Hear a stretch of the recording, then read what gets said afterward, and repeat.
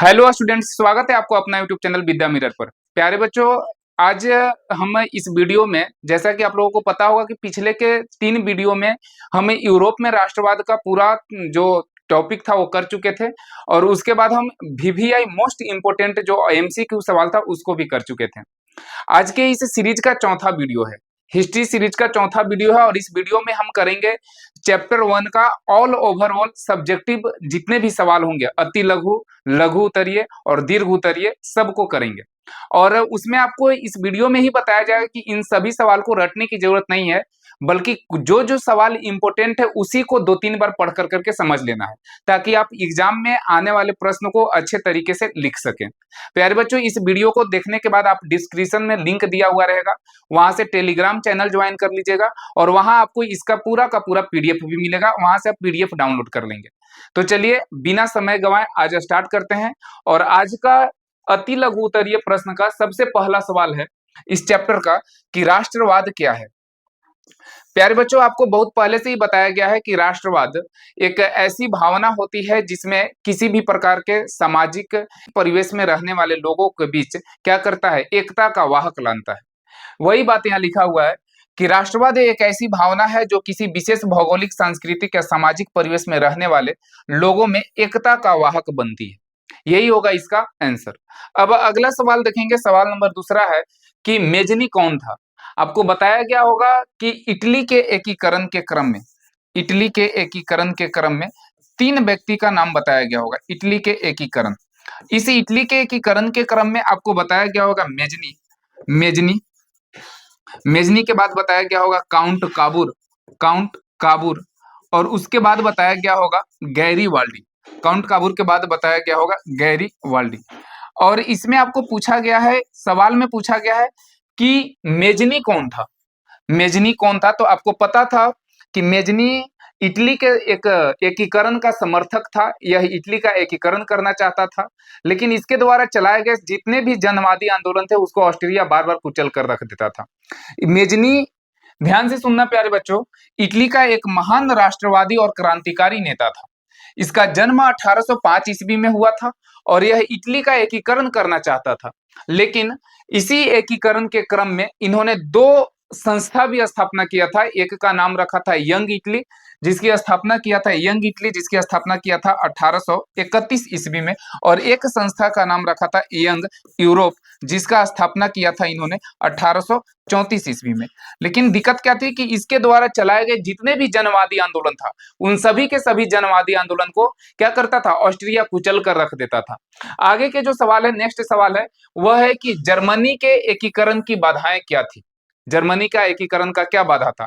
Germany का एकीकरण का जो सबसे महत्वपूर्ण बाधा था, सबसे इंपॉर्टेंट जो बाधा था और सबसे ज्यादा था, वह था ऑस्ट्रिया। ऑस्ट्रिया कभी नहीं चाहता था कि इटली और जर्मनी का क्या हो, एकीकरण हो। यहाँ पूछा हुआ सवाल है कि जर्मनी का एकीकरण की सबसे प्रमुख बाधा या महत्वपूर्ण बाधा क्या होगा। तो जर्मनी के एकीकरण में ऑस्ट्रिया एक मुख्य बाधा थी। ऑस्ट्रिया जर्मन राष्ट्रवादी भावनाओं को कुचलकर रख दिया था। अंततः जर्मन चांसलर बिस्मार्क, जर्मनी का जो चांसलर था बिस्मार्क, उन्होंने ही 1866 ईस्वी में सेडोवा का युद्ध किया और इस सेडोवा के युद्ध में फाइनली तरीके से ऑस्ट्रिया को हराता है। उसके बाद एक और युद्ध यह करता है 1870 ईस्वी में। कब करता है, 1870 ईस्वी में, और वह युद्ध कहलाता है सेडोन का युद्ध। कौन सा युद्ध कहलाता है प्यारे बच्चों, सेडोन का युद्ध कहलाता है। और सेडोन का युद्ध में किसे हराता है, तो सेडोन का युद्ध में यह हराता है फ्रांस को। किसको हराता है, फ्रांस को हराता है।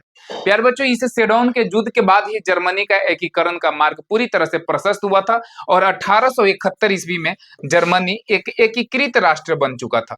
जर्मनी कैसा राष्ट्र बन चुका था, जर्मनी एकीकृत राष्ट्र बन चुका था। अब अगला सवाल है, एकीकृत राष्ट्र बन चुका था।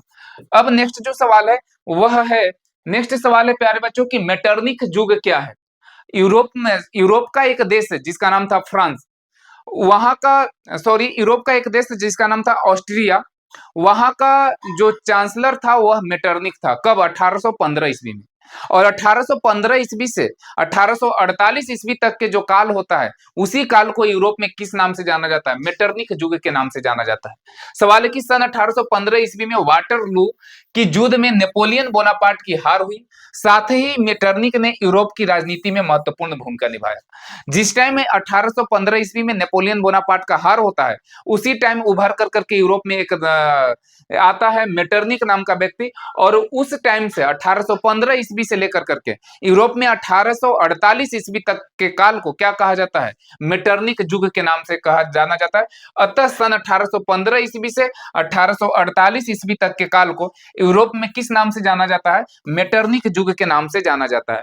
अब हम अगले सवाल की बात करेंगे। नेक्स्ट सवाल क्या है? अगला सवाल है कि 1848 के फ्रांसीसी क्रांति के कारण क्या थे? प्यारे बच्चों, आपको बताए थे हम पिछले वीडियो में कि जो फ्रांस था वहां वाटरलू के युद्ध के बाद नेपोलियन बोनापार्ट का वहां से पतन हो चुका था।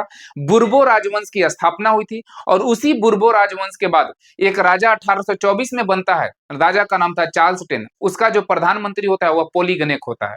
उसके बाद उसके शासनकाल में भी जनता असंतोष की भावना फैलती है जनता में, और 1830 ईस्वी में एक और राजा बनता है ऑरियलिस वंश का, जिसका नाम था लुई फिलिप, और उन्होंने अपना प्रधानमंत्री किसको बनाता है? उसने अपना प्रधानमंत्री गीजो को बनाता है। लेकिन इसके शासनकाल में भी फ्रांसीसी जनता संतुष्ट नहीं था, और आगे चल कर करके 1848 ईस्वी में इसी लुई फिलिप और गीजो के विरोध में जनता वहां क्या करता है? क्रांति करता है, और उस क्रांति को ही हम लोग कहते हैं 1848 के फ्रांसीसी क्रांति। प्यारे बच्चों, इसका आंसर लिखा हुआ है कि 1848 के फ्रांसीसी क्रांति के निम्नलिखित कारण थे। पहला जो कारण था वह था कि मध्यम वर्ग के शासन पर असीम प्रभाव पड़ रहा था। दूसरा जो कारण था वह था निरंकुश एवं रूढ़िवादी विचार के शासक होना। शासक जो था वह निरंकुश था। और अगला जो है वह गीजो नामक कट्टर प्रतिक्रियावादी व्यक्ति को प्रधानमंत्री नियुक्त करना। वह जो लुई फिलिप था वह गीजो को क्या बनाया था? प्रधानमंत्री। लेकिन गीजो एक कट्टरपंथी प्रतिक्रियावादी जैसा नेता था। अब आगे क्या हुआ कि लुई फिलिप के नीतियों का विरोध किया गया, और वहां एक बहुत बड़ा क्रांति छेड़ा गया, और इसी क्रांति के बाद फ्रांस में क्या होता है? गणतंत्र स्थापित होता है। फ्रांस में गणतंत्र स्थापित हो जाता है, गणतंत्र स्थापित होता है। नेक्स्ट सवाल है प्यारे बच्चों, अगला सवाल है कि इटली जर्मनी के एकीकरण में ऑस्ट्रिया की भूमिका क्या थी? क्या ऑस्ट्रिया चाहता था कि इटली और जर्मनी का एकीकरण हो? कभी नहीं चाहता था। ऑस्ट्रिया चाहता था कि इटली और जर्मनी का एकीकरण कभी नहीं हो। और यही सवाल यहाँ पूछा हुआ है कि इटली और जर्मनी के एकीकरण में ऑस्ट्रिया की भूमिका क्या थी? क्या भूमिका निभाया? प्यारे बच्चों, आंसर होगा कि ऑस्ट्रिया द्वारा इटली एवं जर्मनी के कुछ क्षेत्र पर अधिकार कर लिए गए थे। ऑस्ट्रिया जो था वो इटली और जर्मनी के कुछ क्षेत्रों पर अधिकार किया हुआ था, और इटली के एकीकरण के क्रम में मेजनी द्वारा चलाए गए जितने भी जनवादी आंदोलन था, उन सभी को ऑस्ट्रिया द्वारा क्या कर दिया जाता था? कुचल कर रख दिया जाता था। इटली के एकीकरण के क्रम में जो मेजनी चलाता था आंदोलन, उस सभी आंदोलन को ऑस्ट्रिया कुचल कर रख देता था। साथ ही जर्मनी के में भी बढ़ते हुए राष्ट्रवादी आंदोलन को ऑस्ट्रिया ने दबा दिया। अतः हम कह सकते हैं कि जर्मनी और इटली के एकीकरण में ऑस्ट्रिया किस रूप में खड़ा था? तो विरोध करता था। जर्मनी और इटली का क्या करता था? एकीकरण का विरोध करता था। नेक्स्ट सवाल है कि यूरोप में राष्ट्रवाद को फैलाने में नेपोलियन बोनापार्ट किस तरह सहायक हुआ? आपको अगर बढ़िया से आप लोगों ने पहली चैप्टर को अध्ययन किया होगा तो आपको पूरा पूरा पता चला होगा कि यूरोप में राष्ट्रवादी भावना को लाने का सबसे ज्यादा अगर श्रेय दिया जाए तो किसको दिया जाए? फ्रांसीसी क्रांति के बाद कौन? नेपोलियन बोनापार्ट को दिया जाए। और यहाँ सवाल भी यही है कि नेपोलियन बोनापार्ट किस तरह से सहायक हुआ यूरोपीय में देशों में राष्ट्रवादी भावना को फैलाने में? आंसर है कि यूरोप में राष्ट्रवाद को फैलाने में नेपोलियन बोनापार्ट का महत्वपूर्ण योगदान था।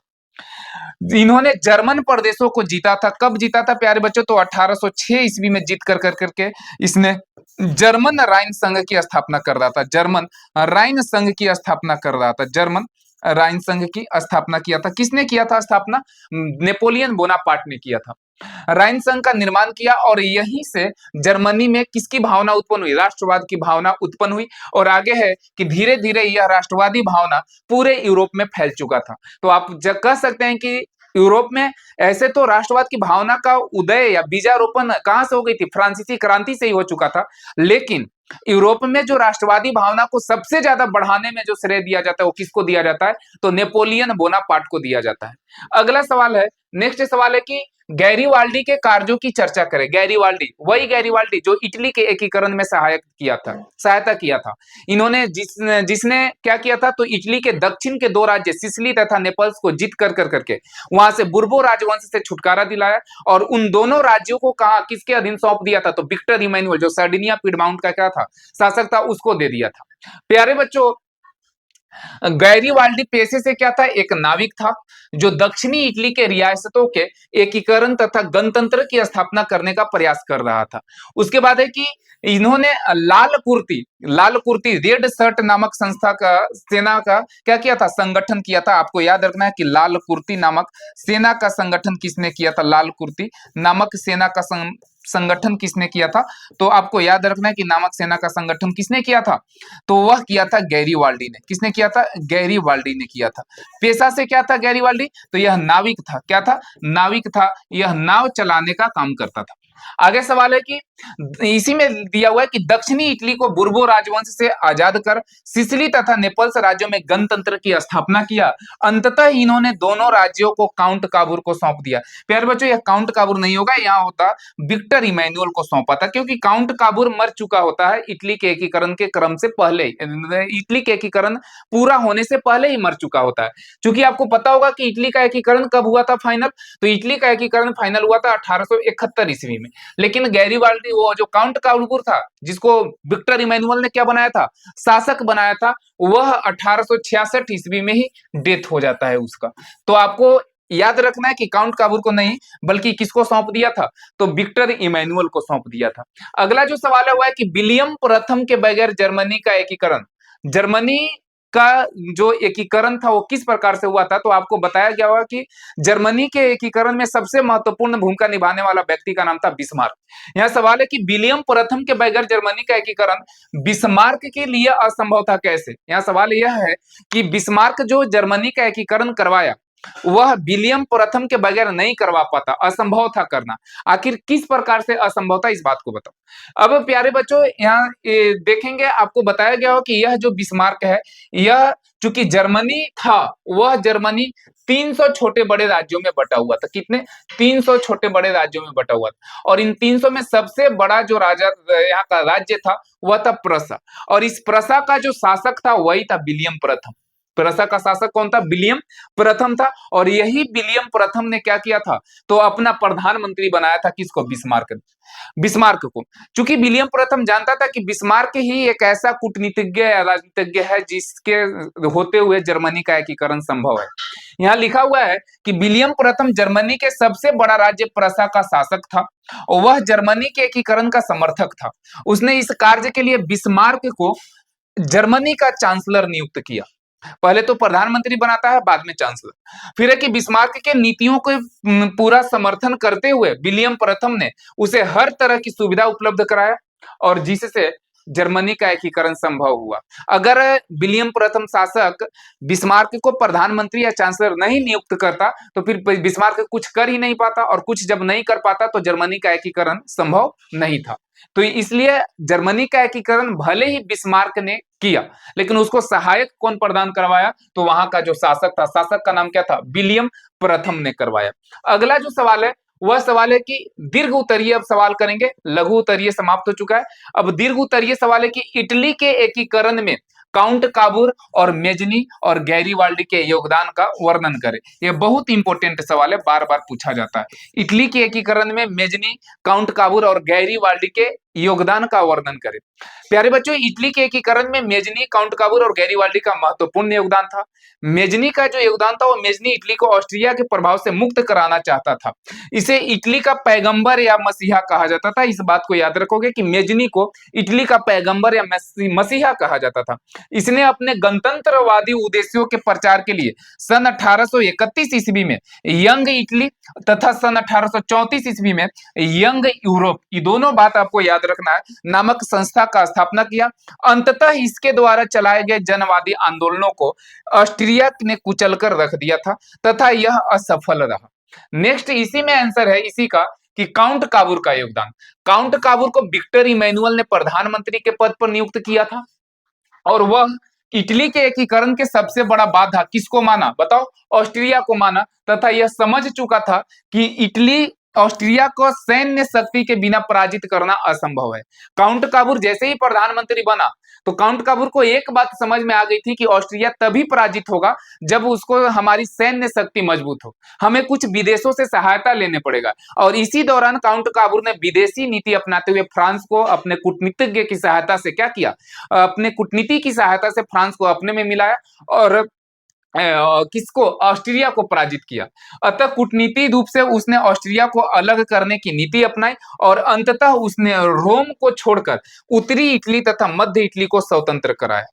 अब आगे जो था वो गैरिवाल्डी किया था स्वतंत्र, किससे, तो दक्षिणी राज्यों को वहां के बुर्बो राजवंश से स्वतंत्र करा कर करके पूरी इटली को यूनिफिकेशन कर दिया, एकीकरण कर दिया। इटली के एकीकरण में गैरिवाल्डी का महत्वपूर्ण योगदान था। इसका जन्म 1807 ईस्वी में इटली के निस में हुआ था। इसने दक्षिणी इटली को बुर्बो राजवंश से स्वतंत्र कराकर वहां गणतंत्र की स्थापना किया था। नेक्स्ट जो सवाल है वह है कि जर्मनी के एकीकरण में बिस्मार्क का क्या भूमिका था, वर्णन करें। इटली के एकीकरण में मेजनी, काउंट काबूर, गैरिवाल्डी, और जर्मनी के एकीकरण में बिस्मार्क। बिस्मार्क क्या था, तो पहले प्रधानमंत्री था और उसके बाद फिर क्या बना था प्यारे बच्चों, तो उसके बाद यह चांसलर बना था। क्या बना था, चांसलर बना था।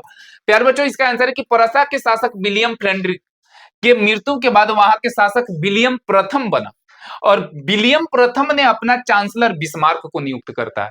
पहले प्रसा का शासक विलियम फ्रेडरिक था। विलियम फ्रेडरिक के जैसे ही मृत्यु हो जाती है तो वहां का शासक बनता है विलियम प्रथम और विलियम प्रथम ने अपना प्रधानमंत्री बनाता है किसको, बिस्मार्क को। और वही बिस्मार्क एक प्रख्यात कूटनीतिज्ञ और राजनीतिज्ञ था। उसने जर्मनी के सभी राष्ट्रवादी समूहों से संपर्क स्थापित करके अपने प्रभाव में लाने का प्रयास किया। और आगे फिर क्या किया, तो बिस्मार्क का कहना था कि जर्मनी का एकीकरण खून एवं तलवार की नीति, इस बात को एकदम इंपॉर्टेंट है, याद रखना आप लोग कि बिस्मार्क ने रक्त एवं लौह की नीति अपनाया था। उसका कहना था कि जर्मनी का एकीकरण तभी होगा जब हम एक नीति अपनाएंगे, खून एवं तलवार की नीति, रक्त एवं लौह की नीति अपनाएंगे। और जिसके तहत इसने रक्त एवं लौह की नीति का अवलंबन किया तथा इसने आर्थिक सुधारों के द्वारा प्रसा की स्थिति को मजबूत किया था। प्रसा जर्मनी का जो सबसे शक्तिशाली और बड़ा राज्य था। प्यारे बच्चों आपसे सवाल पूछी जाएगी कि रक्त एवं लौह की नीति का अवलंबन किसने किया था, तो सीधा आपका आंसर होगा बिस्मार्क ने किया था। किसने किया था, बिस्मार्क ने किया था। नेक्स्ट जो सवाल है वह है, इसी में अभी थोड़ा सा और है कि बिस्मार्क ने जर्मनी के एकीकरण के यहाँ क्रम होगा भाई, क्रम में ऑस्ट्रिया के साथ ऑस्ट्रिया प्रसा युद्ध किया, जो सेडोवा का युद्ध कहलाता है। दो युद्ध किया था, एक ऑस्ट्रिया प्रसा युद्ध कब, 1866 ईस्वी में, सेडोवा का युद्ध कहलाता है, और जिससे ऑस्ट्रिया पराजित हुआ। तथा फ्रांस के साथ सेडोन का युद्ध किया, जिसके बाद सन 1871 ईस्वी में फ्रैंकफर्ट की संधि हुआ और अंततः जर्मनी का एकीकरण हुआ। फ्रैंकफर्ट की संधि कब हुई थी प्यारे बच्चों, तो फ्रैंकफर्ट की संधि जो हुआ था वो फ्रैंकफर्ट की संधि 1871 ईस्वी में हुआ था। और किसके किसके बीच हुआ था, तो यह हुआ था जर्मनी का सबसे शक्तिशाली राज्य जर्मनी के प्रसा और किसके बीच हुआ था, तो प्रसा